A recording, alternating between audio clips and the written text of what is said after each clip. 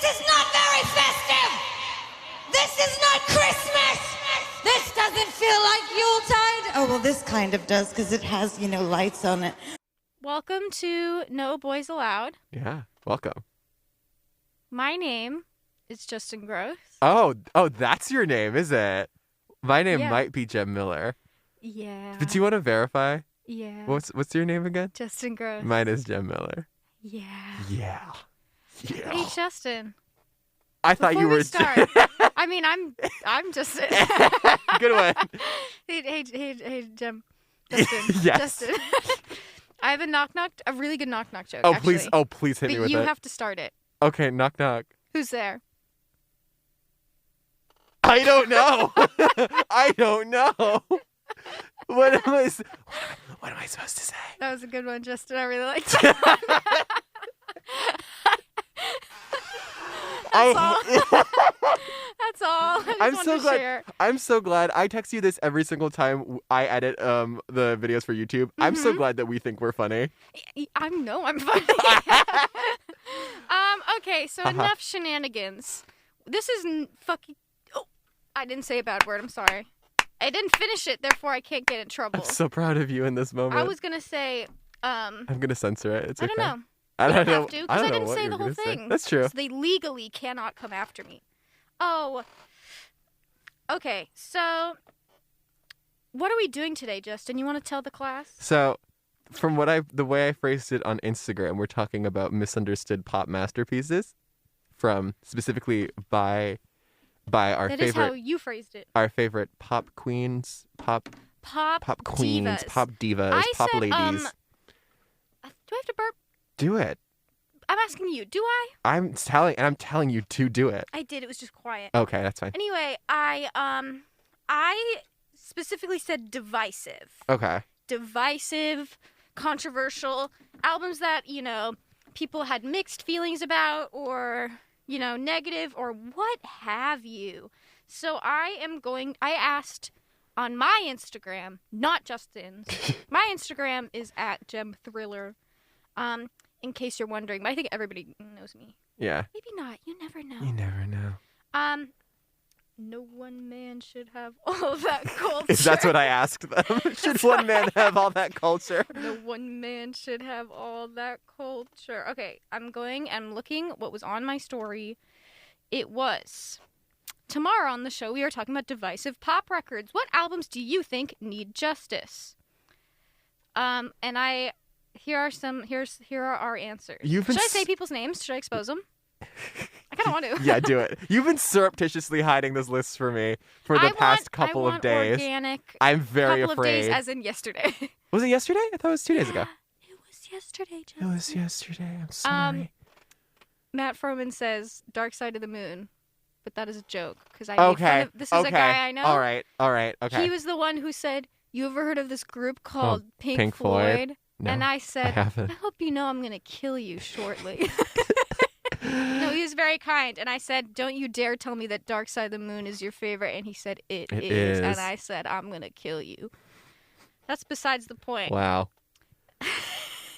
Cash Monet on Instagram says, that Farrah Abraham hyperpop album. Shut up. I'll hear it. No, I will not. I will not. I've actually listened to it. It is kind of insane In how full? she predicted it. Yeah. I got bored one day.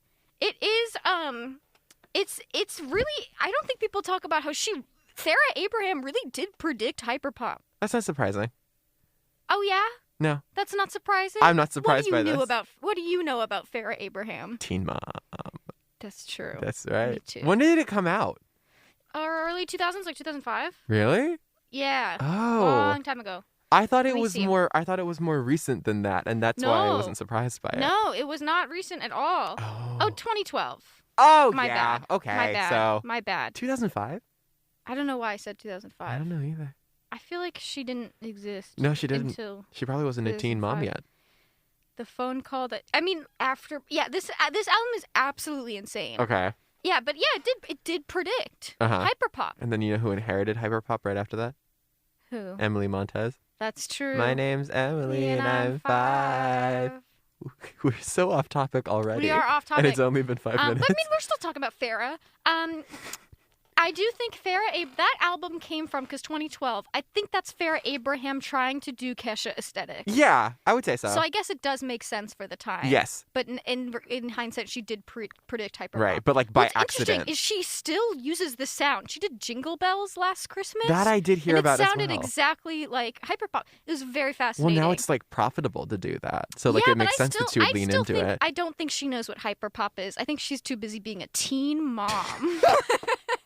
She's still a teen. Still. Her teenage dream died, but maybe not her teenage dream mom. ended, excuse me. Psych Dreams on Instagram. Jimmy Matthews. What'd he say? He says Viva La Vida. By Coldplay? Not that divisive, but they get crap for just being Coldplay. I kind of do agree with that. I mean, that's Coldplay true. has some really That good is songs. true. And I do think them, by nature of being Coldplay, have kind of tainted their own But then, reputation. I mean, I they feel like have good tunes. I feel like there's no point then in like honing in on one specific album if like apparently their whole, at least the good parts of their entire discography are like discounted by the fact that they are Coldplay. Yeah, I mean, I haven't listened to a Coldplay album in full. I have. know Parachutes is the one that's the most famous. Yeah, Have you? Which Coldplay album? the did most you listen recent to? one. Really? Oh yeah, you Yeah, listened to it for because the I listened to all Grammys. the album of the year nominees, and that one It was boring. definitely the least good one. Actually, that's not true. What to you was the least good The one? Jhené Aiko album. Oh, Scandalos. I didn't like it. Anyway, we don't have to talk about We that. don't have to talk about that. Sorry. But I'd say Coldplay. I'm curious the journey of what happened to Coldplay. Similar, they kind of remind me of Maroon 5, Mhm. but to me, Maroon 5 was actually truly never that good. I agree with that. They I had absolutely agree with songs that. like Jane had like 2 songs that I'm like, this is pretty good, Right. and then they went. And then they immediately were like, okay, what if we made moves like Jagger? What if we made moves like Jagger? Ladies and gentlemen, moves Moves like like Jagger. That was good. That was But good. I It do sounded think, good. yeah, I do think that Coldplay like has good music in them. It's just that those days are like long gone. Yeah. I wonder if that's Gwyneth Paltrow's fault. You want to Yes. blame a woman? Yeah, I'd love to. Yeah, I think. Well, we can blame Gwyneth Paltrow. Paltrow is the Yoko Ono of Coldplay. Oh my god! And instead of like stealing Chris Martin away to release like a series of really weird art project albums, like she just made Goop and he watched. He just watched her do it. He sat there and watched. He sat idly by while Gwyneth Paltrow made ruined Goop. his life. Next answer is from Felicia the Gambino. Okay. It's JT from Blair. Pure Heroin by Lorde. It's one of the greatest pop albums ever made. That answer is so incredibly not true. There's nothing divisive about Pure Heroin, may I say. Not correct. There's nothing divisive, so you're wrong. Everybody likes Pure Heroin. There's literally... I'm so sorry about my squeaky chair. I had to. Yours is way squeakier than mine. It's so squeakier. I had to like propel myself away from the mic upon hearing that. To yell. Nobody is confused about how good Pure Heroin is. There's no divisiveness. Except for maybe me. Except for us. Except for us. Sorry. But nobody. There is like. At the time when it came out, it was one of the most. And I stand by this. Probably the most influential pop record of the 2010s. Absolutely. And people, I think that is not up for debate. That's not really. And I think that's debate. also widely understood, including the fact where Lorde won a Grammy for Royals. Yeah, won a Grammy for it. Yeah. That's not Lorde's misunderstood Try again. masterpiece, but I mean, I do like it, but it's not misunderstood. No, at no point. It's fine. At no point was Pure Heroin ever misunderstood. No. Please try again. Next answer. And this is from my dear friend Kat Vakramiba. Is this a joke answer or an actual answer? No, it's a real answer. Okay. Kat said, "Pray for the wicked." Trademarked by Panic at the Disco. No! Kat said, "I had to re-download Instagram to give you this scrumptious answer." Kat, No! Kat, I hope you're listening. Kat, there are many. There's maybe half of the Panic at the Disco albums. I would say sure. I'd say sure. You could give me that answer, and you could give me a Panic at the Disco album. You could give me a handful of Panic at the Disco albums, and I'd say okay. But pray for the wicked. Pray for the wicked. You know what I just realized? Pray for the wicked. Upon ruminating on this album. Wicked. What's this called? Which one's Pray for the Wicked? It's got Is that hit High songs Hopes? as High Hopes. Oh no! Such hit songs. Oh my god! Such hit songs. Truly horrendous. Yeah, and I really hope Panic at the Disco never comes back. Not only Me because I too. really do not like my image of Brendan Urie so incredibly Forever tainted. Yeah. Also, even if he wasn't, this album is so horrendous. I mean, I would say there's 3 songs that I legitimately enjoyed. Uh-huh. And then everything else was like High Hopes. I really think he should Guantanamo Bay for High Hopes. And Pete Buttigieg is going to put him there. Pete Oop. Buttigieg is going to put him there. I'm going to put Pete there, too. I'm going to put them both there.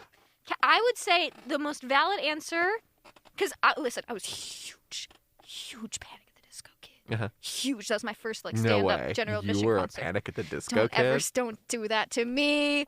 Don't I do that to never me. would have guessed.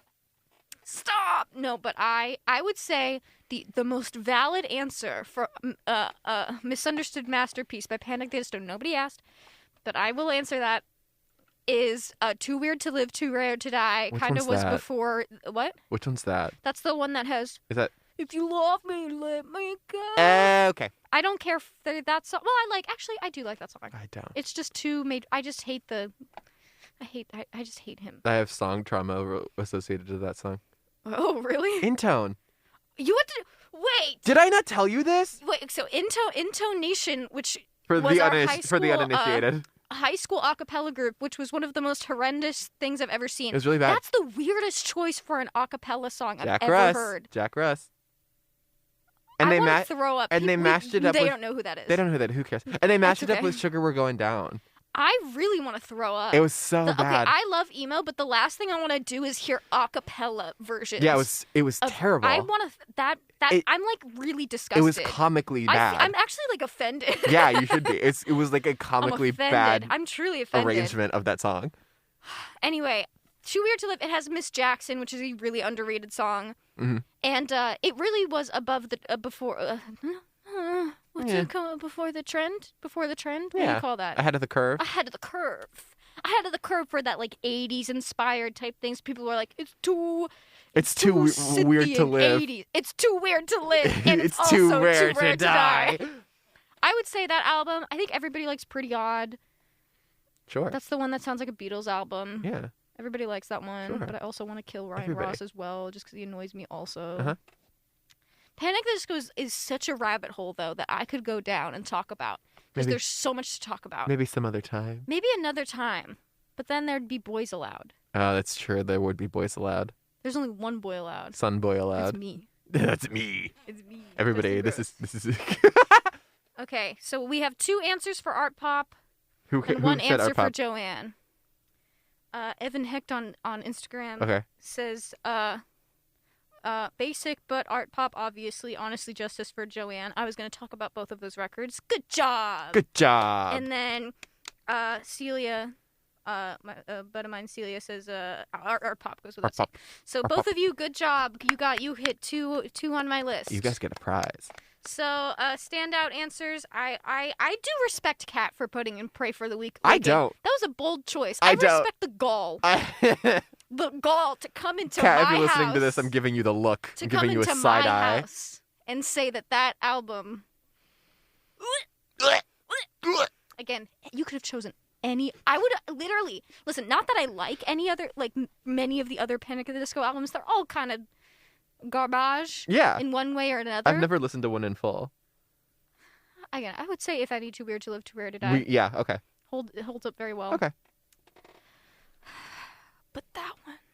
Not that Not one. Brave. Not that one. Not that one. Not that one. Not that one. Anyway, I do respect the gall. And I respect the gall for saying, for bringing up Farrah Abraham, because I do think that's a funny. That's always That's funny to definitely me. an answer. It's something funny. Uh-huh. Haha. T. I know I'm funny. Haha. Okay, I know I'm funny. Haha. I need to listen to that album. Yeah, you should. It's really good. I like songs. I love music. Now, on to the list I made with Justin.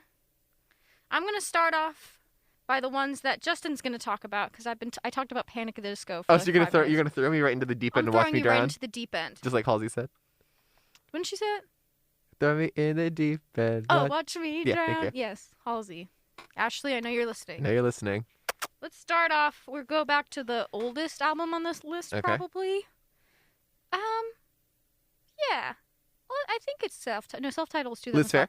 Liz Phair. Yeah, We're so gonna that start is- by Liz Phair. That is the oldest. Justin's gonna talk about that, and I'm gonna go. Oh, you're gonna go, I've heard one song from that album. You've heard one song, maybe two. The thing about Liz Phair's self-titled album, and the thing that I'm gonna say the same thing that I am going to say when I get Tell to us talk who about Liz Phair is, because I Liz don't think Phair. not everybody is acquainted. For the folks at home, Liz Phair is one of like the preeminent indie rocker chicks of the 90s. Most famous for her debut record, Exile in Guyville, and some like lo-fi tapes she released prior to that. That were all demos. She was all the rage for these like really like punchy songs about like relationships and sex and like nothing else. Well, Sorry, Liz. I love Well, Liz. I it's do, true. but like those are like the and two being things. hated. Those are the two We're not things there she yet, I talked. guess. We're not there yet. Yeah. Those are the two Oh, I things she should've put talks down about. Fun Style. No, you shouldn't have. I'm gonna talk about Fun Style. Those are the two things she talks about on Exile in Guyville in basically every album up until self-titled. So, throughout the 90s, there's like an understanding of like Liz Phair making these like these like punchy indie rock records, but slowly her star starts to falter like after her debut, just because like I don't know, people don't like it when like female artists are like good and comfortable and like they kind of do the same things over and over again. So in her 30s, Liz is going through a rough time. She's got a kid and going through divorce, and she decides to like kind of lean into the sound of the 2000s, which is like teen pop and like Avril Lavigne based teen pop. And it is a good album. I want to stake my claim on the mountain right now, the hill that I'm going to die on, which is not controversial anymore, that self-titled Liz Phair is a good album. It's like the Pinkerton of Liz Phair. Is it like the Pinkerton of Liz That Phair? nobody liked it, and now everybody likes it. Okay, sure. Yeah, it's like the Pinkerton of Liz Phair. It is To all the virgins out there. to all the this one's for y'all. It came out at a time when Pitchfork was like famously very mean and enjoyed being very mean, and that they gave it, I think, a 0. They gave everything a 0. But by the way. like it was that era where they really enjoyed it. I don't Oh, think that yeah. this was the review where they just, instead of talking about the album, they just put a video of a monkey peeing in its mouth. But that is something that they did at For this time. what album? I don't remember. I'm Look looking it that up. You can look it up. right now. You go on. I'm gonna do. And there was a lot of backlash to it on two fronts. All the men in the like music press considered Liz Phair, who for them was like their hot indie girl dreamboat of the 90s. Considered her a big sellout. She's making like these pop albums. It was this pop Jet album. Shine On, Oh, which is something I've never heard of. I've never heard of it either. But there's a monkey peeing in its mouth. That is the stupid. Who wrote this? Ray Suzuki. Ray, I want you to feel shame and embarrassment. Ray, I know wherever you're you listening, are. and you should I be know you're embarrassed listening, by Ray this. Suzuki.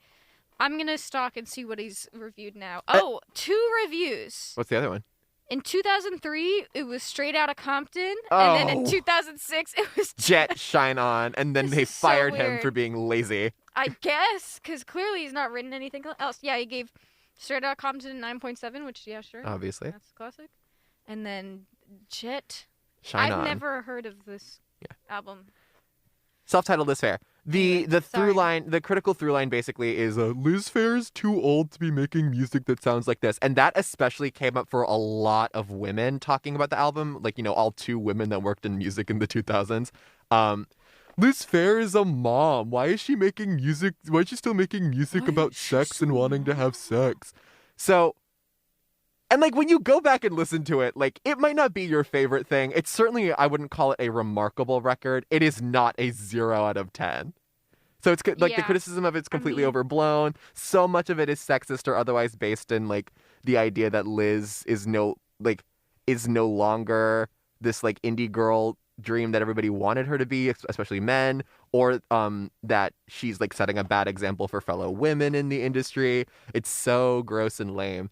I listened to she did an iTunes live set when the album that came out immediately after this one came out. Oh, by the way, this album technically kind of ruined her career because of how thoroughly it was trashed.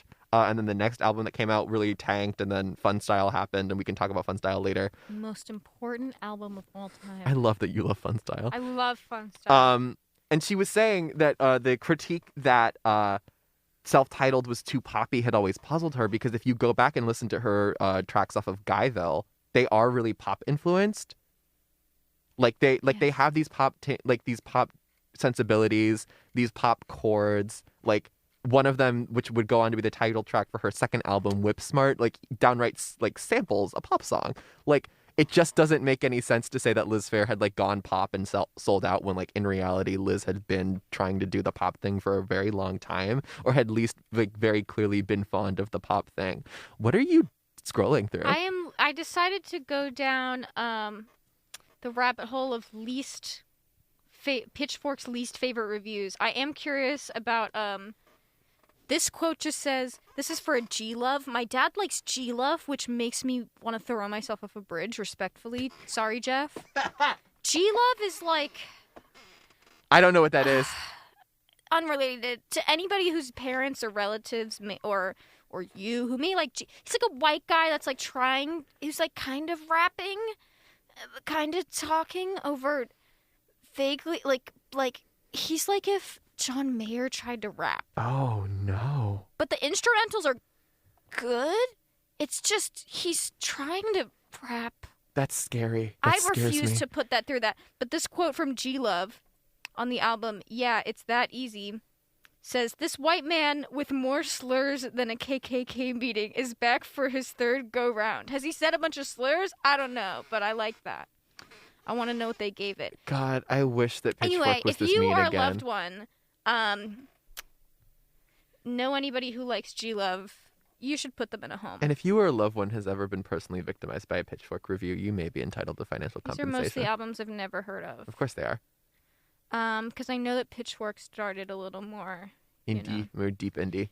Indie. Oh, I think that So was the other thing I wanted to talk about. Sorry, I just shouted into the mic. Don't ever yell at me again. The Liz Phair review came out right, I want to say, before the quote-unquote poptimism movement that I've heard about, where people decided that pop could be good, actually. So it was like this really aggressive, like, because Pitchfork's whole thing obviously was like big into indie music and like the indie music of the day. So for them to very aggressively push back on Liz Phair's like pop push was very pointed. Yeah. And it's especially very telling that it's very telling that you're gonna lay down, like, tie the woman you all liked or you still like to the tracks of this movement that you're trying to kill. Very I see you. I see you, Pitchfork.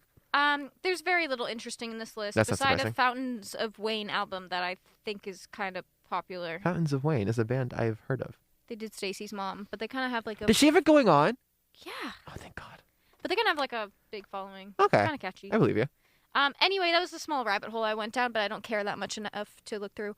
Right. Because I was hoping maybe I'd have something to say, but I don't. You don't have anything to say about Liz Phair? Because I care about Liz Phair. Oh, about Liz Phair? Oh. Fun Style? I thought Fun Style is an album, is the... What's it, 5th album? 6th? So after, you kind of already said this. 6. After the poorly received self-title and then the poorly received album after that. It's called Somebody's Miracle. Nobody cares about it. She went Joker. Full Joker. Liz Phair went Joker. So Fun Style is half like normal kind of indie rock type songs. Boring. And then absolutely like nutcase. Just, I don't know how to explain it besides nutcase, where she layers like spoken word and then like horrible melodies and like just layers and like really muddle. It's just one of the worst things I've ever heard, and yet it's so beautiful. It's like a orchestra and a symphony I love at the that same you love time. Fun Style. I hate It's this so album so funny. much. It gives me pain. You Hate It is one of my favorite songs maybe of all time. I never listened to it, but I also care. It also has such beautiful, breathtaking lyrics like this one, which in the song You Hate It, which is her song in response to people not liking her music. It's how the album ends, I think. I almost want to play it. I don't feel like playing music, because then we're going to have to edit it out. Yeah. I'd have to commit to it, playing music, but I don't feel like it. Anyway, she says the most famous line of all time, which is, "You're being a penis colada that is." Colada that is. I cannot believe and that lyric is said like twice in that song. Yeah. She was proud of it. She was really happy with it. So anyway, I would go right now after this.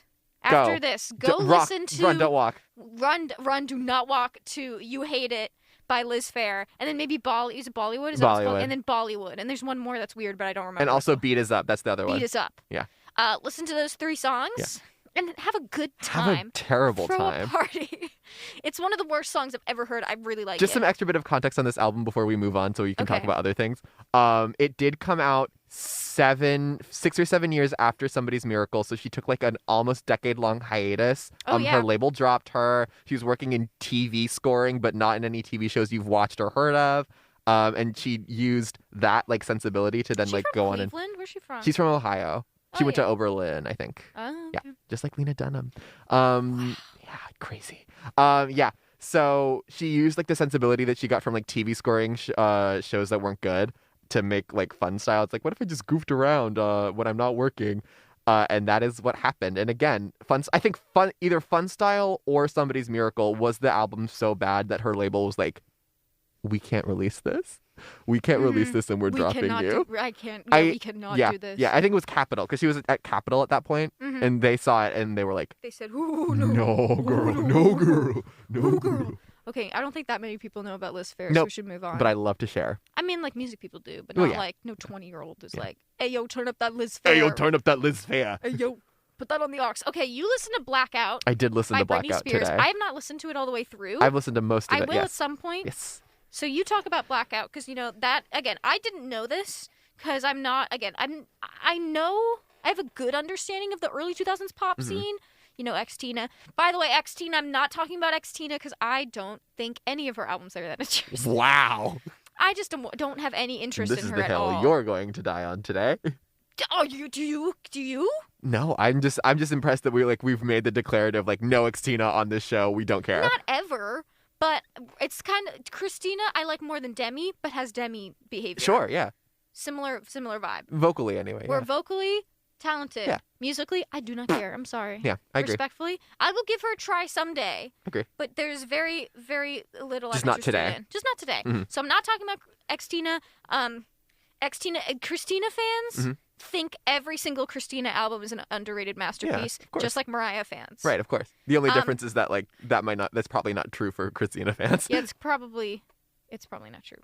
I mean, it's true about Christina. I mean, Christina fans totally believe that. Well, yeah, but it's probably not true that the albums are that the albums- underrated. Oh yeah. Yeah, no. whereas at least with Mariah, they're usually right. Glitter. Yeah. I don't feel like talking about the cultural context of glitter, but glitter is an underrated. Needless to say, 9/11 charmed ruined everything charm for everybody. bracelet. Yeah, 9/11 ruined Mariah Carey's Although- life, but not for the reason you think it did. Speaking of Blackout, Oh yeah. my favorite podcast ever, Celebrity Memoir Book Club, has a theory Okay. that had 9/11 not happened, Mariah would also be under conservatorship right now.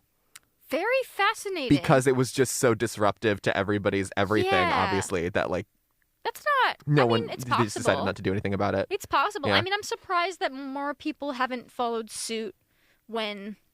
I'm surprised more artists weren't in conservatorship because it kind of makes sense. You see one, you know. One slip up and we can control you forever, Exactly. Yeah. And I'm glad it hasn't become a trend. I don't want And I to don't say think it will, but I don't want to say that it's indicative of a move towards empathy because it isn't. no. I do think that it is the understanding that your artist's well-being as a brand Mhm. is just as profitable as your yeah. artist itself. Also like why Selena's never been under conservatorship Yeah. because or even Demi. Demi. Yeah, the Demi. appearance of a well-kept celebrity is as is important. very, very important, Yeah. and it's just not profitable to, sell like.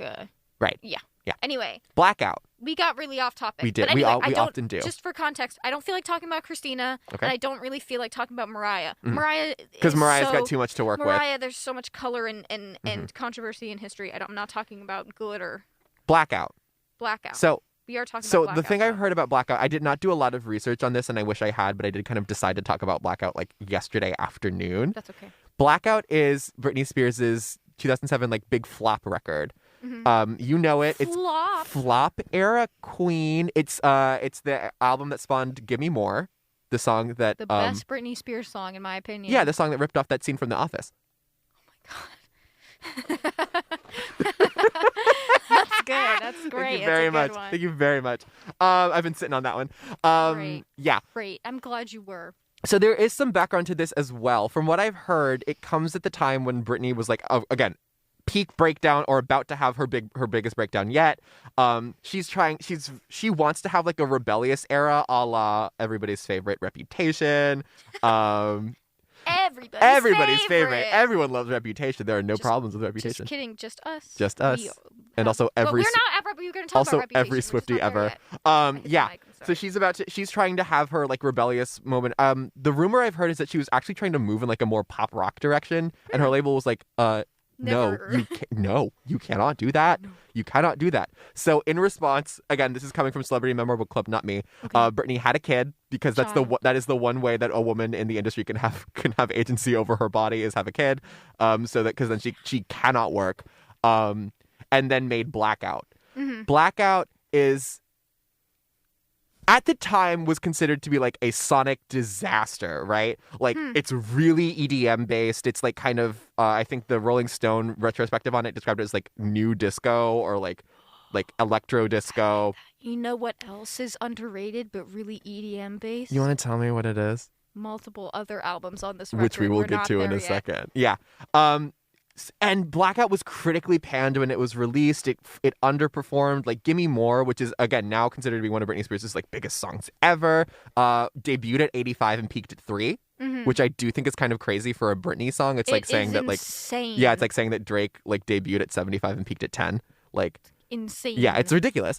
And apparently like sonically it was really poorly received. Like it's an album that people listen to are like, oh my god, Britney's lost it. Mm-hmm.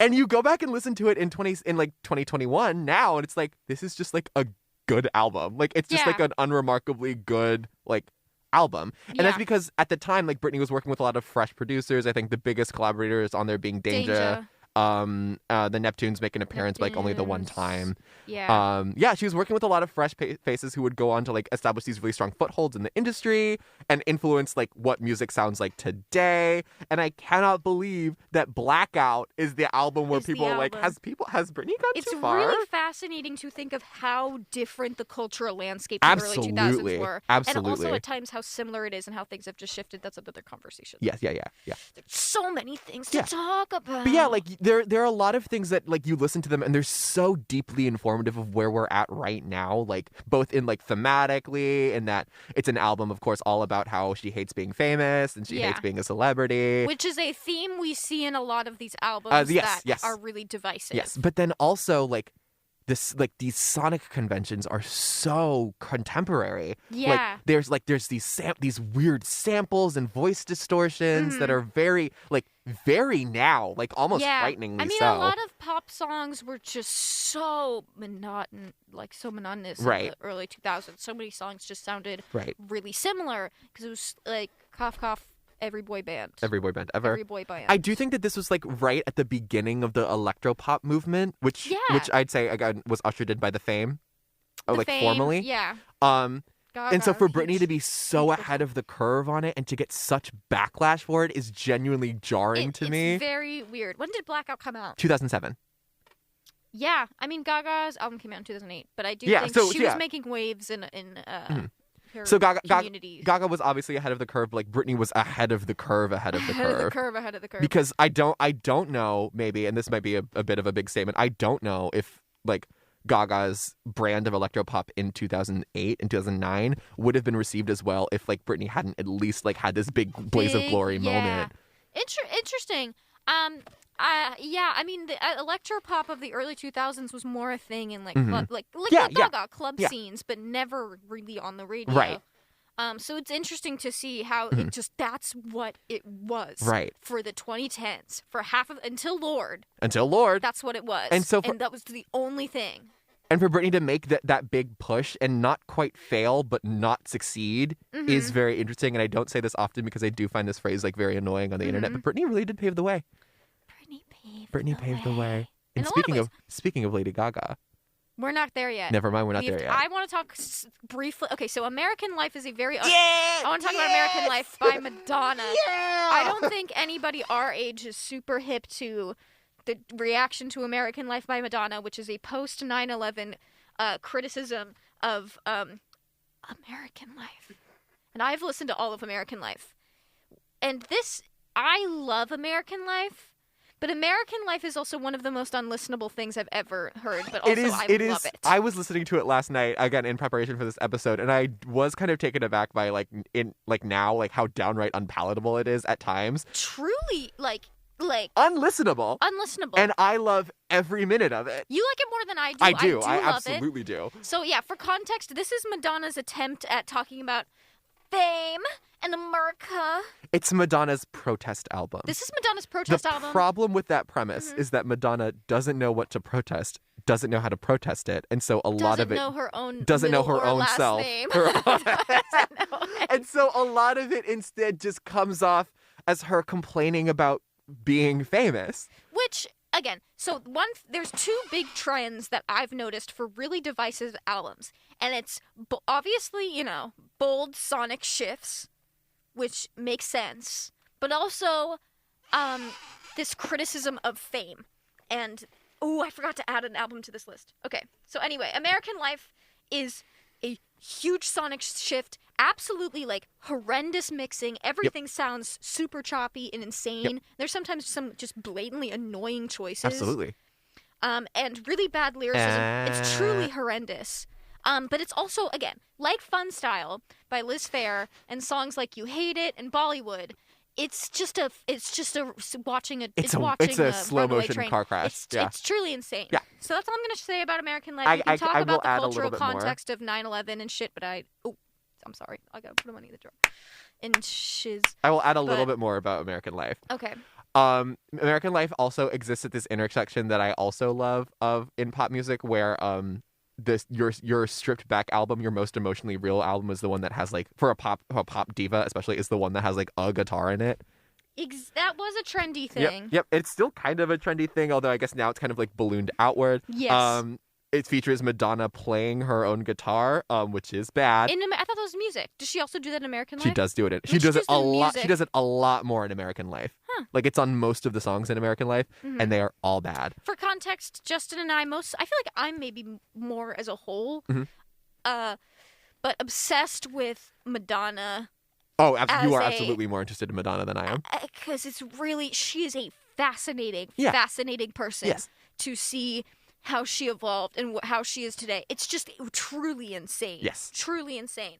Okay, so now I want to talk more about contemporary things that you, the listener, might know. You, the And I'm Zoomer gonna try to late millennial listener, I'm going might to try know to about. cover as many of these as possible, Unless you're my parents. Sorry, guys. and I'm going to go kind of in order, roughly. Uh-huh. So, actually, I'm going to go artist to artist. So, obviously, if you know me, I am Gaga Swiftie 420. I am sure obsessed are. with Gaga. I love Taylor That's Swift. right. These are two very important artists in the pop scene Speak on in it. two very different ways. They're kind of have shaped the pop scene in two entirely different ways. Taylor Swift is the music industry. But you know what? So is Gaga. And Sure. I refuse to say that Taylor is the only one. She's everything. She's every woman. They're all every woman. It's all in me.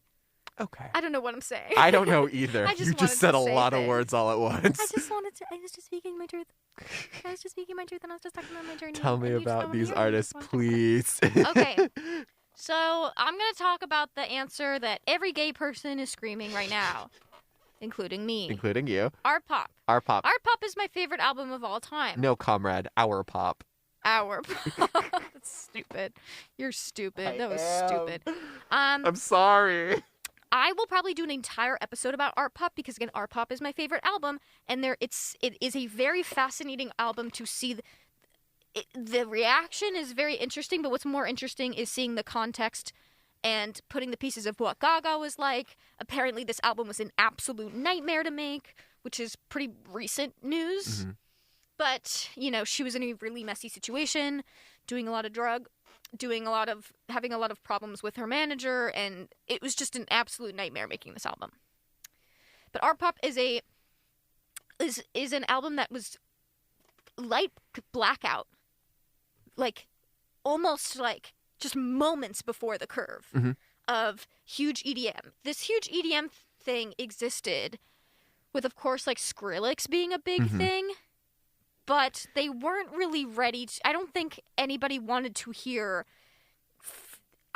perhaps this is controversial, people didn't want to hear female or queer EDM. Hmm. EDM was such a like straight dude bro type thing. Would you argue? And still is. Would you argue that it was like also kind of, it at least hadn't come to America yet? Because I do feel No, like it was definitely in America. Because again, I mean, it wasn't charting. right, It was, right. It was. I mean, people forget like "Scary Monsters and Nice Sprites" is one of the most influential songs. Also, yeah, of Right, the 2010s. but I do think that like EDM was kind of Oh yeah, I mean, Europe it was definitely was a like huge ahead thing, of the overseas. game. There's Yeah. definitely a bigger thing overseas. Do we in, know? like, Speaking of that, do we European know countries. how it was received in Europe? I don't. Good question. Either way, isn't that super relevant? I can look that up. But yeah, art pop. The only song. I mean, it was the song. Applause was Right. pretty much the That only was the song that song. made waves, Mhm. and it was fighting for #1 with Roar. Can which, you tell me believe? about that? I don't really know anything about like I that just- it being was just outside a- of the fact that it was like they were battling each other for the top spot. It was just like like the Katy Cats and the Little That's Monsters just it, were like, just like they it were was like which war. song's gonna be #1, and Roar won, which is ridiculous. That's upsetting. Because that song is horrendous. But I do have a place in my heart for it, even though it's bad. Yeah. But Applause is a legitimately great pop song. Yes. Which I do think people criticized because the lyrics are so silly. And this Right. whole album is filled with silly lyrics. Truly insane, They're goofy lyrics that you definitely have to lyrics. like work to understand. Yeah. I mean, they sound so goofy. And I think the reason is this is truly... I mean, Gaga was always camp Yes. from the beginning. And I'd say that She's- Born This she was Way is the always so most, like, yas and so slay. conventional... What? She was always so yas and so slay. Always so yas and so slay. Just like camp. Just like But, again, I'm going to try to sum up all my feelings. Ooh, that sounded a little weird real quick. Oh, what happened? I don't know, but you sound better now. Wow, I got a little fuzzy. Oh, I'm still a little fuzzy. Uh-oh. That's not good. Oh, That's not good at all. I don't know. You're not making any noise on my end. Are we having a technical difficulty on the air? I don't know. That's cruel. You can't hear me at all? No, I can't. How's that? Nope. What happened? Uh-oh. That's not good. It just went out. Should I sit next to you? Oh, wait, now I can hear you. Oh, you can hear me now? Yeah.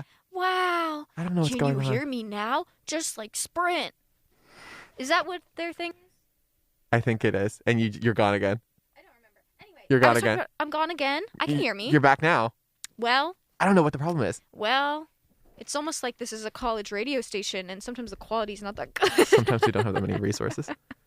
Anyway, but art pop, I lost where I was talking. Okay, so it Born in This Way was, to me, like, when you think of camp, you think of Born in This Way. But I think art pop really pushed the notions of what's camp, what's drama, what's exaggeration, what's this, like, truly over the top, yet still has really good commentary. I do think it really just beneath the surface. for this era, Gaga very much existed on like the outskirts of like what it means to be a pop star and do spectacle. Yes. Like in terms of like what you are allowed to do and what it can look like and why you're doing it. Mhm. My mind, whenever I think of art pop, my mind always goes back to the South by Southwest performances that she did. Her where getting vommed on. she's getting vommed on. She's getting roasted on a spit. roasted on a spit. I think she was on a like bowl or something. Yeah, it's like, what are we?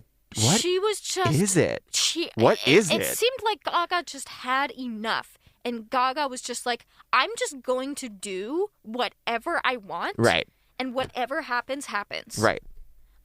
So it's a huge EDM album filled with crazy lyrics, crazy concepts.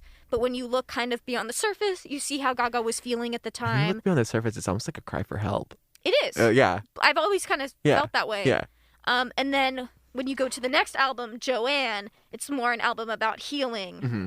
Because Joanne, though I don't think is perfect, I don't think she succeeds in what she wants to. She wanted to make an album for her dad. Right. And Her Joanne stupid, is an awful attempt dad. to... Yeah, her stupid, awful dad who's a Trump supporter, and I Yeah, don't care for we him. do But she's not got care those for him. Italian daddy issues. The classic Italian daddy issues. Italian American daddy Classic Italian American. Kind of like...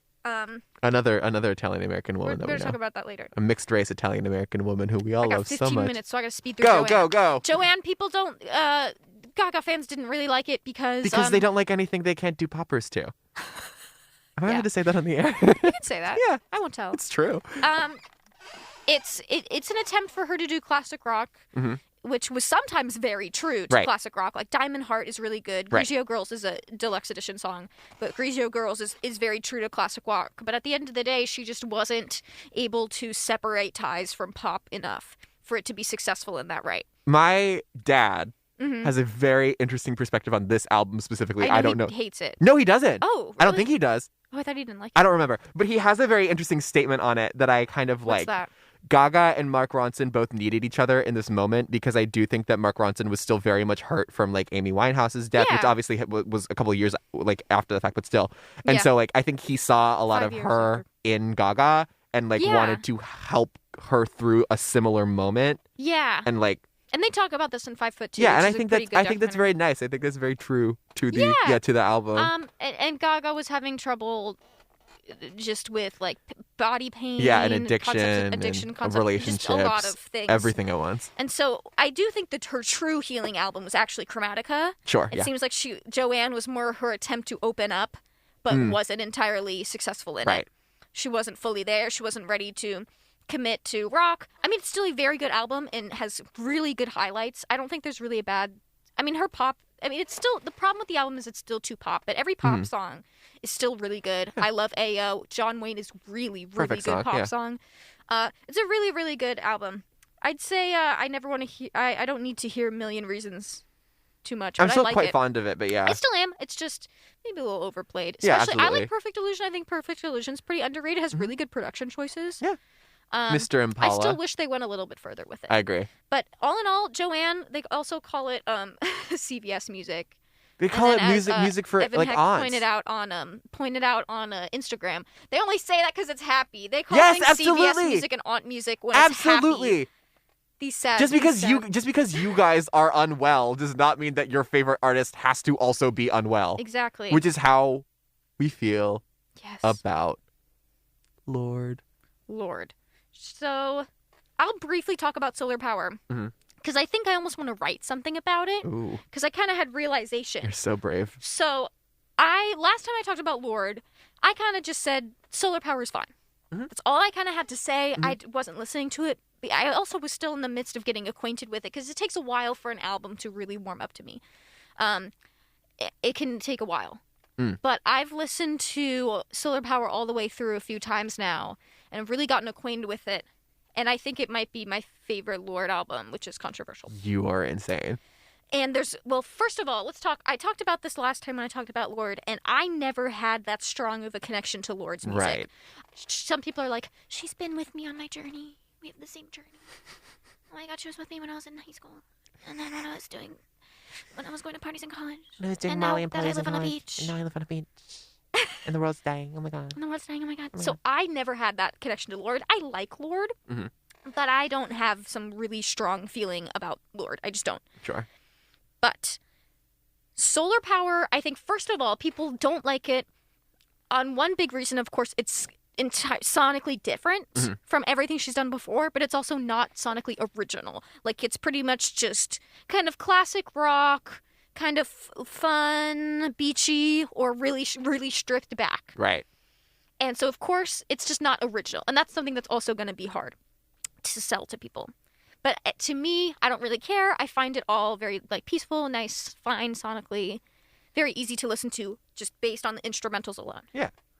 But what makes me like this album is I think the lyrics are Lord's best lyrics. Okay. Because Lord always, and there still are moments like this, but Lord always had moments in lyrics that just made me roll my eyes into the back of my head, and nobody wants to talk about that. Okay.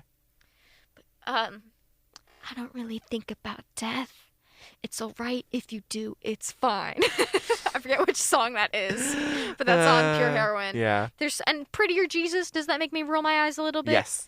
I wouldn't if she only said, I think you're right. You said she says it twice. And that's on that what song. makes it bad. That's what makes it bad. If she said it once, I'd say great. But twice, I'm like, okay, you're too proud of that Yeah, line. you like that a little bit too much. But people have a lot of criticism. The biggest criticism I've seen that I think people just completely missed the entire point of this album is this is her white woman wellness album. This is her going into her quirky crystal phase. And she's trying, and Mood Ring, which is, I think everybody knows Mood Ring. I'm not going to talk about it. Mood Ring isn't a good satire because she is what she's describing. This is something I totally don't see. Right. First of all, Mood Ring is a very transparent satire. Yeah. There is nothing. It's very. She's criticizing wellness culture, yes, but also specifically, she is criticizing, like this consumption. She's criticizing items when you have items. Commodities. And commodification of it, and kind of the capitalistic notions of wellness culture. And the chorus is, I keep looking at my mood ring to tell me how I'm feeling. That seems pretty transparent that she's saying that the people who buy into this are lost and emotionless and just are kind of empty souls. Mm-hmm. Seems like a pretty transparent satire to me. Right. I just don't see how people don't get it. It's pretty transparent. I think that when you have a song lyric that's specifically like, let's fly somewhere Eastern, they'll have what I need, and there's like a sitar in the background. That's a pretty transparent criticism. Hey, that's a little on the nose, don't you think? Yeah. Like, I don't even mean that in a bad way. It's like, hey, this artist might be stating to you outright what her intentions are with this song. And if anybody's thinking, but you don't like Marina, who has... Well, this is the problem with Marina. There is no art to Marina's criticism. There is no art. Criticism and doesn't hone in.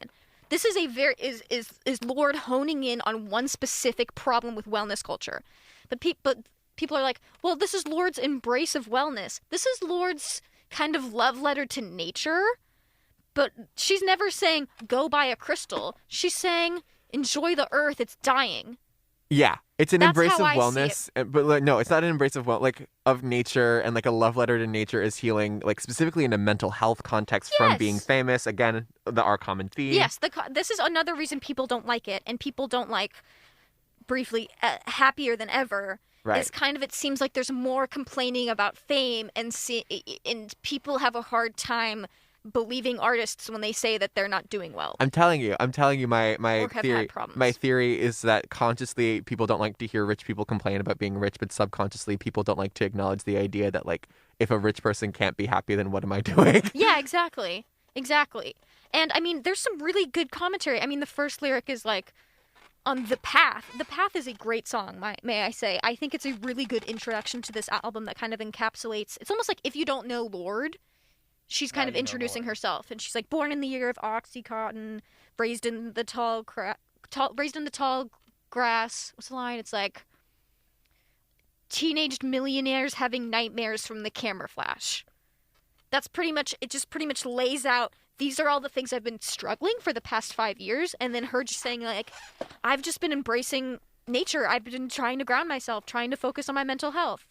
And, you know, each song kind of seems like she's explaining how she's healing. Mm-hmm. And, like, Big Star, talking about the loss of her dog and the love of her dog, who was somebody who was important to her. Man with the Axe, new relationship, how she's dealt with her relationship. Right. Secrets from a Girl Who's Seen It All, you know, kind of shedding your youth of being young and famous. And The Path is a great introduction. Solar Power is kind of just a general, conversation about the themes of this album, similar to The Path. California, LA bad. New Zealand good. New Zealand good. No, but I believe her. Fallen Fruit, struggling with climate change. I hate that song though. I love Fallen Fruit. I hate that song. I think Fallen Fruit is good. That's my least favorite song on the album. Really? I hate that song. It's probably the most loved on the album. I hate how it sounds. I love how it's sung. I like it because it's kind of like a folklorized kind of sounding, where it's a little more. It's just mostly a very light guitar and a bunch of vocals, and it kind of makes me think of like one of these like political songs from like the like IWW or like things like that. I hate that song. I think it's very good. I like the breakdown, the part that sounds like melodrama, and I hate everything else about it. I don't know what's to hate. Just you don't like how it sounds? Yeah, I don't like how it sounds. I'm so sorry to hear that. I know, it's really sad for me. But I think, like we were saying, like Happier Than Ever, I think people had such a hard time, like, hearing Billie Eilish be like, I'm not happy, but because of fame, and not just because I'm a teenager, like in my last album. Right. You know? Right. People didn't want to hear that, especially because they like, the one song I really don't like is Leader of the New Regime. That's the only one I really don't like. That's one I actually really do like. What is wrong with you? I like the lyrics of it. It's like I'm the cheeky. opposite. It's cheeky. I find them a little too cheesy. Right, but it's like supposed to be her playing a character. Yeah, but I like the just, character. I would like it if the instrumentals and the sonically was better. But I would like it if if it sounded different from the last 3 songs that were on the album. they do. It does to me. It just sounds a little too. I don't know. Not to me. It's not mixed well. And those are all 3 songs that because like Leader of a New Regime, Dominoes, and Big Star are all 3 songs that I like. They all. I do think like once you get used to. I mean, when you get acquainted with any album, you kind of hear the intricacies and the details. Right, but I do between think them. like even the first time I listened to it, it's like, oh, are these not the same song? Listen, were they the same or were they conceptual? Were you silent or were you silenced? Hey man, Hey, we got man. 5 minutes. Who you want to talk about? Don't tell me how much time I have. I know how much time I have. This is my show. I'm the one who has to look like sit across from a clock. I'm looking at a clock right now. But that one Don't has tell me seconds. about clocks. The one I I'm am a looking- clock. What do you I want am to talk one. about? My body is a clock. Anyway, talked about solar power. I talked about happier than ever. I don't know why people don't care for that. People don't like Reputation because they did not understand that it was parody. Because they're weak people and they don't know And good people music don't when they hear think it. that people have a hard time believing that Taylor Swift is an intelligent person. Right, they have a hard time believing that Taylor Swift is also a person who's aware of how people perceive her. Another album where she's talking about the trials and tribulations of being a famous person. Though not in the same way. It's a little more it's more unique. It's a very unique, specific. I think it's very much specifically about the trials and tribulations of being a famous person as it relates to a relationship. My mom is way too early. Mommy, I told you after 2. Mommy. Mom. Anyway, sorry. Just thought I'd share about my mom. You're right. I know. Reputation, people were like, I said it was camp.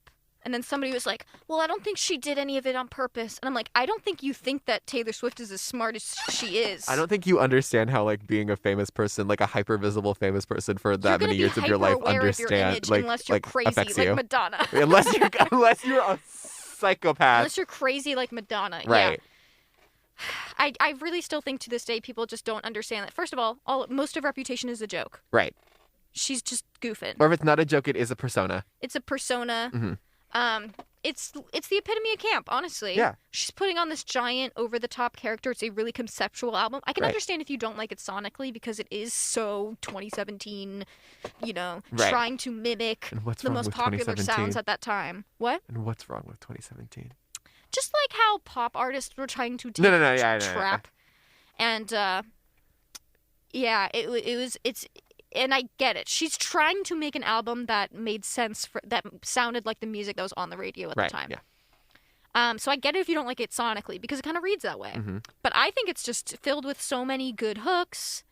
Even the songs that I don't like, I hate Endgame. I want to throw Ed Sheeran off a bridge. I as do we too, know. but I love that hook. But that hook is so good. Big Reputation. And the only problem I have with Reputation is I want it to be more of a gradual. I want it to be more conceptual. little more I want it to be a gradual. little bit more conceptual. Oh, I think the concept is But very like, clear. I think the execution in like the only problem I have track with- listing. The only problem is the track list. I think that's part of the concept. I want it to go more gradual, and she definitely, that's what she's talked about. She's like, I want it to gradually start with the persona and then end with my true self. and it doesn't really do that. Which it does the first song It does that in the sense that it starts with Ready for It and ends with New Year's Day. I would But say it definitely does I will that say things in that like way. her trying to stick to her track 5 was a big problem. Yeah, stupid. Also, and at the end of the day, if you don't like Sweetener, You're stupid. you hate black people. You hate I'm not joking. Okay. I am not joking.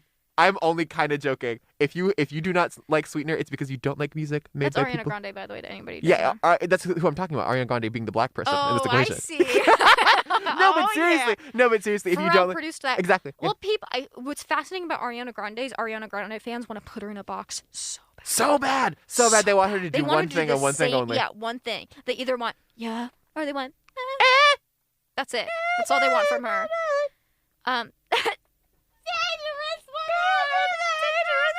That's it. That's all they want. That's all they want from her, and that's sad. I hate That's to so see sad. it. Ari fans don't want to see her. Especially because Ariana has clearly found a mode of songwriting and music that she likes and that she feels comfortable And with. it's kind of sad Yep. because seeing her go back to Positions, don't I like hate to see it. Positions.